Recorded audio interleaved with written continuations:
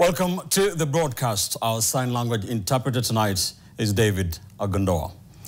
Echoes of War playwright Cleophas Malala insists the play will get its day in public and will have a permanent memoir in the artistic history of the country.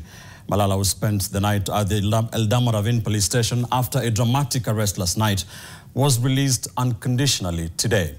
The government has, however, castigated the politician for using students to settle political scores. As NTV's Bridget Ngana now reports.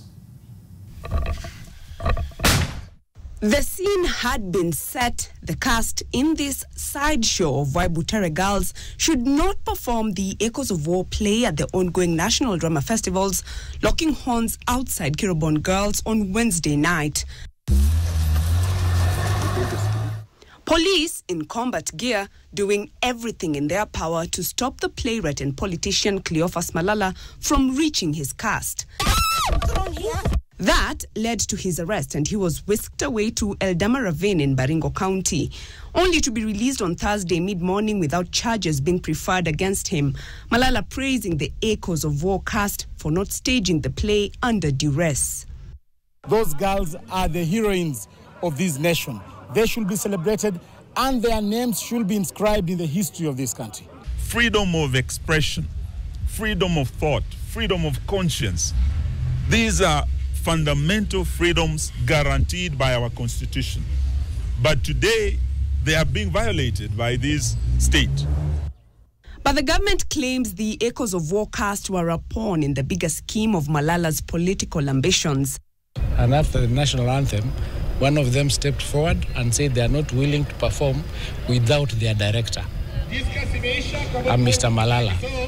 And Mr. Malala is not a teacher in Butere, he's not a director in Butere, he's not a director of that play. So the students, of their own volition, decided not to participate. Tuwaje kutumia watoto wetu kufanya siasa. Mpaka imefika wakati ambapo mtu mwenye kabisa tunajua hapo mrengo fulani ya kisiasa, yeye ndio mwalimu mkuu ya mambo ya kuendeleza siasa kupitia wanafunzi. Malala and his team of lawyers say they will fight tooth and nail to have the play staged at the National Drama Festivals. Whatever action is taken, I am determined to ensure that Echoes of War is displayed before a Kenyan audience. What kind of a government fears its own children? What kind of a government that fears its own citizens? This is a government that is even afraid of its own shadow.